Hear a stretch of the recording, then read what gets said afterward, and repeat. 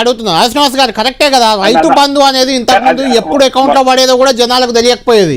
దానికి మీరు బహిరంగ సభ పెట్టి రైతు బంధు అది కూడా మార్చిలా డిసెంబర్ కళ్యాణ్ వారు అట్లా ఆరోపణ చేయడం దాని మీద సంబంధించిన సమర్థించట్లేదు. నిజంగా రైతు బంధు ఎప్పుడు పడేదో ఎవరికి తెలియదు, పడిపోయేది. కళ్యాణ్ గారు ఆ సమయంలో ఇది ఈ రైతు భరోసాకు సంబంధించింది వేయాలని చెప్పని ఈ రోజు 70 లక్షల మంది రైతులకి ఎక్కడ చొప్పున అందరికీ డబ్బులు ఇవ్వడం జరిగింది. ఈరోజు వారు ఒక మాట అన్నారు, రైతులు రుణమాఫీ ఎక్కడ ఇచ్చారని. దేశంలో మన్మోహన్ సింగ్ గారు ఉన్నప్పుడు మొదటిసారి రుణమాఫీ చేసిన చరిత్ర కాంగ్రెస్ పార్టీది. అప్పుడు రాజశేఖర్ గారు ముఖ్యమంత్రి. వీళ్ళు వచ్చిన తర్వాత రుణమాఫీ 2 సార్లు అన్నారు, పావుల తప్ప అది మిత్తికేంది. అసలు మేము ఏ లెక్క చెప్పినా ఆ లెక్కనే ఇచ్చినాం. నన్ను మాట్లాడుకోండి చెప్పండి.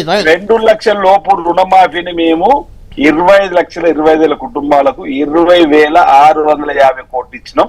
వారికి సంబంధించిన వివరాలన్నీ గ్రామ పంచాయతీల వారికి అయ్యో నియోజకవర్గం పంపించినాం.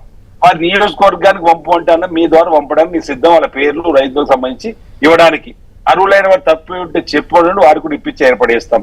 ఈ రోజు ఆర్టీసీ బస్సు ప్రయాణాలలో వారి కుటుంబ సభ్యులు, మా కుటుంబ సభ్యులు, కళ్యాణ్ మీ కుటుంబ సభ్యులు ప్రయాణం చేద్దాం. మనకు టికెట్ తీసుకుంటారు, మహిళలు టికెట్ తీసుకుంటారు. మీరు బస్సులలో ప్రయాణం చేయకుండా అసలు అది అమలు అవుతలేదు ఎట్లా? ఈ రోజు ఇంచుమించు ఈ 2 నెలల్లో 9,200 కోట్లు ఆర్టీసీకి గౌరవ ముఖ్యమంత్రి రేవంత్ రెడ్డి గారు ఆదేశిస్తారు. బట్టి విక్రమార్క ద్వారా పొన్నం ప్రోగ్రెస్ శాఖకి చేరుకున్నాయి.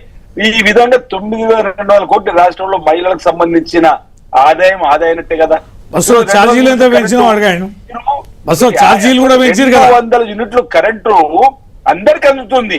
ఈ రోజు 200 యూనిట్లు ఎవరో ఊళ్ళో 3 ఆధార్ కార్డు ఆ రోజు మిస్ మ్యాచ్ అయ్యి ఏదైనా ఇబ్బంది ఉన్నోళ్ళు లేకపోతే వాళ్ళ మీటర్ నెంబర్ మిస్ మ్యాచ్ అయిన ఉంటే వారికి కూడా సరి ఏమని చెప్పి ఆదేశాలు ఇచ్చినాం.